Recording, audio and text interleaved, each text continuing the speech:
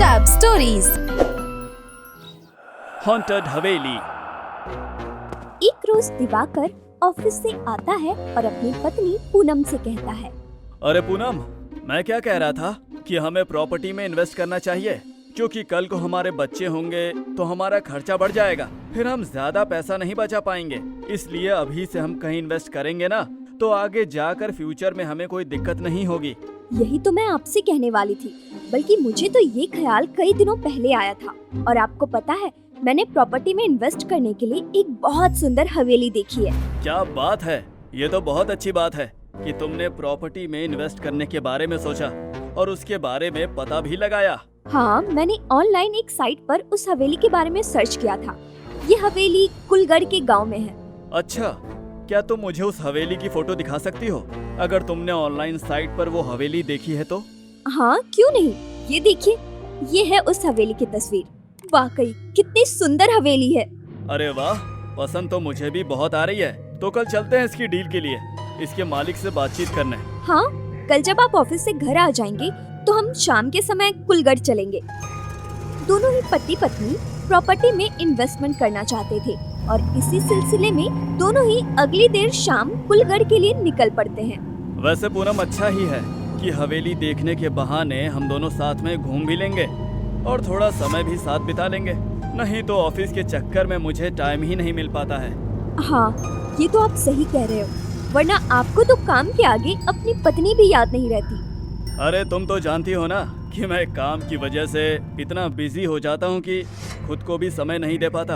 ऐसे ही दोनों बातें करते करते कई घंटों के लंबे सफर तय करने के बाद दोनों पति पत्नी कुलगढ़ गांव पहुंच जाते हैं। गांव एकदम वीराना और सुनसान था। वहां दूर दूर तक कोई नहीं था। वो दोनों हवेली के बाहर पहुंचते हैं। हवेली काफी अच्छी होती है, लेकिन काफी समय से बंद होने के कारण थोड़ी पुरानी हो गई होती है। वैसे ये गांव कितना अजीब लग रहा है। ऐसा लग रहा है इस गांव में कोई रहता ही ना हो, एकदम वीरान। अरे हमें इस गांव से क्या मतलब, हम तो बस प्रॉपर्टी में इन्वेस्ट करेंगे और उस हवेली को किराए पर लगाएंगे और वापस शहर आ जाएंगे। अच्छा, अब हम यहाँ आ गए हैं तो आप प्रॉपर्टी डीलर को फोन कर दीजिए ताकि वो बाहर आ जाए और हम हवेली के अंदर जा सके। अपनी पत्नी की बात सुनकर दिवाकर प्रॉपर्टी डीलर को फोन करता है। तभी हवेली की तरफ से दोनों पति पत्नी को एक आदमी आता हुआ दिखता है। अरे आइए आइए, मैं आपका ही इंतजार कर रहा था। हवेली तो वाकई बहुत सुंदर है, हम इसके बारे में थोड़ी बातचीत कर लेते हैं और उसके बाद क्या हम यहाँ 2-3 दिन के लिए रह सकते हैं? इससे हवेली को अच्छे से देख भी लेंगे। अरे बिल्कुल, आप 2-3 दिन तो क्या, कई दिनों तक यहाँ पे आराम से रह सकते हैं। वैसे इतनी सुंदर हवेली भला किसी ने बेचनी क्यों चाही? इसके पीछे कोई तो कारण होगा। दरअसल यहाँ पे एक कपल रहते थे जो अब बहुत दूर चले गए हैं और उसके बाद उनके रिश्तेदार इस हवेली में रहने लगे। लेकिन जब उनसे भी हवेली का खर्च नहीं उठाया गया तो वो भी यहाँ से चले गए और अब इसे सेल करना चाहते हैं। वाकई काफी महंगी हवेली है ये और सुंदर भी है, ये हर किसी के लिए अफोर्डेबल नहीं होगी। अब वो प्रॉपर्टी डीलर उन दोनों को हवेली के अंदर ले जाता है। दिवाकर और पूनम हवेली की सुंदरता देखते ही रह जाते हैं कि तभी वहाँ से प्रॉपर्टी डीलर एकदम से गायब हो जाता है। सुनो, अभी तो वो यहीं थे, लेकिन अचानक से कहाँ चले गए? मुझे कुछ ठीक नहीं लग रहा है। भाई साहब, कहाँ हैं आप मेरी आवाज सुन रहे हैं? भाई साहब। दिवाकर और पूनम को कोई भी उस हवेली में दिखाई नहीं दे रहा होता है। तभी दिवाकर और पूनम देखते हैं कि वहाँ की आसपास की चीजें अपने आप हवा में उड़ने लगती है। ये देखकर वो दोनों हैरान हो जाते हैं कि तभी वो चीज तेजी से उनकी तरफ आ रही होती है। ये देखकर दिवाकर अपनी पत्नी को पकड़कर नीचे झुक जाता है। ये क्या था? मुझे भी यहाँ कुछ ठीक नहीं लग रहा। पूनम, कहीं हम गलत जगह तो नहीं आ गए ना? पता नहीं, मुझे कुछ समझ नहीं आ रहा। आखिर यहाँ हो क्या रहा है? सच में मुझे तो बहुत डर लग रहा है। दिवाकर और पूनम अब हिम्मत करके आगे बढ़ते हैं। तभी उन्हें एहसास होता है कि कोई उनके पीछे से चल रहा है। पूनम, मुझे ऐसा क्यों लग रहा है कि अभी हमारे पीछे से कोई गया है? दिवाकर ये कह ही रहा होता है कि तभी जोर जोर से हंसने की आवाज आने लगती है।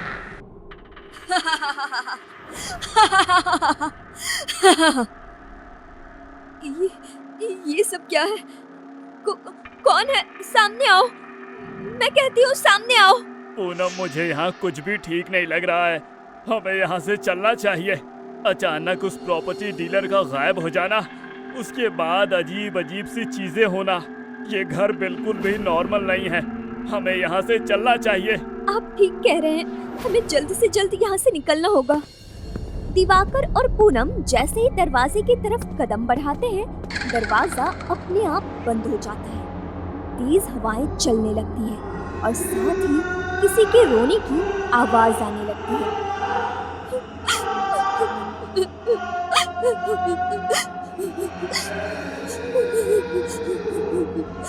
अब तो प्रभु ही हमें बचाए। कभी रोने की आवाज तो कभी हंसने की आवाज, कभी सामान हवा में उड़ना तो कभी कुछ। तभी उन्हें वहाँ अचानक से वो प्रॉपर्टी डीलर दिखाई देता है।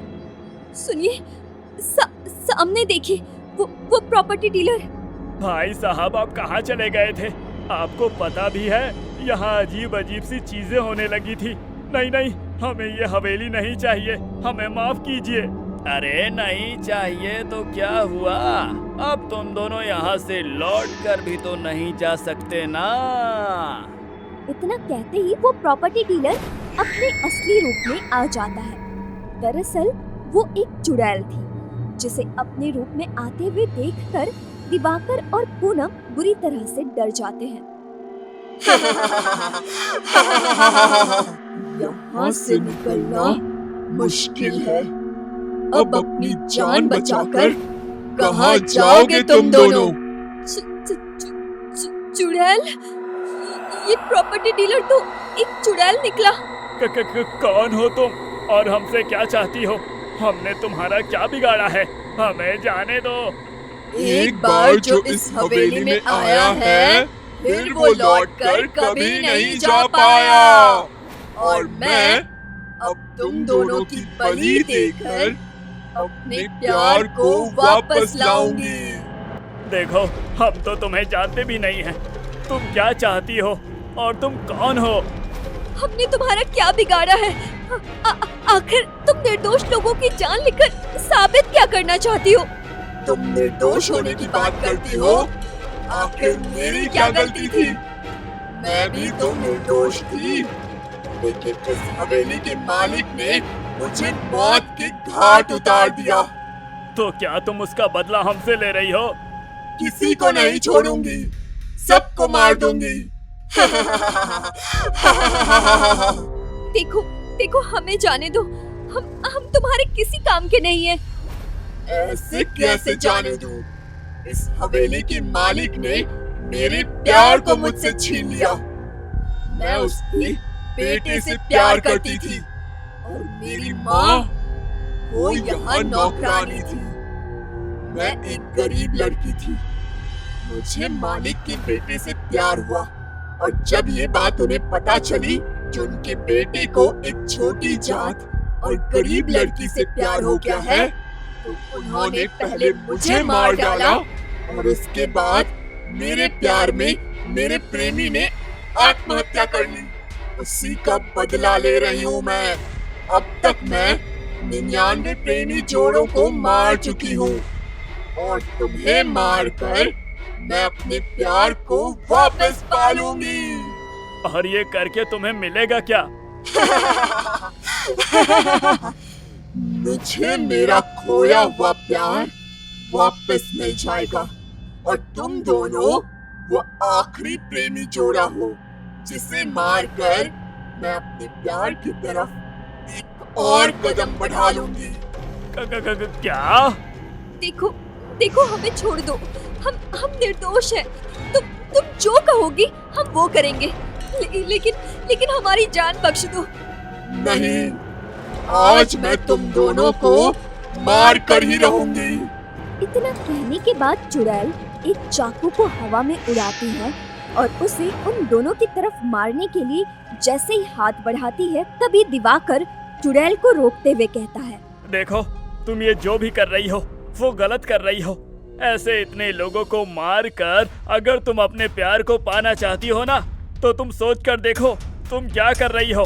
तुम भी तो दो प्यार करने वालों को अलग कर रही हो। मैं कुछ गलत नहीं कर रही, मैं वही कर रही हूँ जो सही है। तो तुम ही बताओ कि क्या ये सही है कि तुम दो प्यार करने वालों को अलग कर रही हो और उसके बाद अपने प्यार को पाने की जिद कर रही हो। ये बिल्कुल भी सही नहीं है। ऐसे तो तुम में और तुम्हें मारने वालों में कोई फर्क नहीं रहा। जिस तरह अपने प्यार से दूर रहकर तुम तड़प रही हो, उसी तरह अपने प्यार से अलग होकर जिन लोगों को तुमने मारा है वो भी तो तड़प रहे होंगे ना। चुड़ैल इतना सुनते ही खामोश हो जाती है।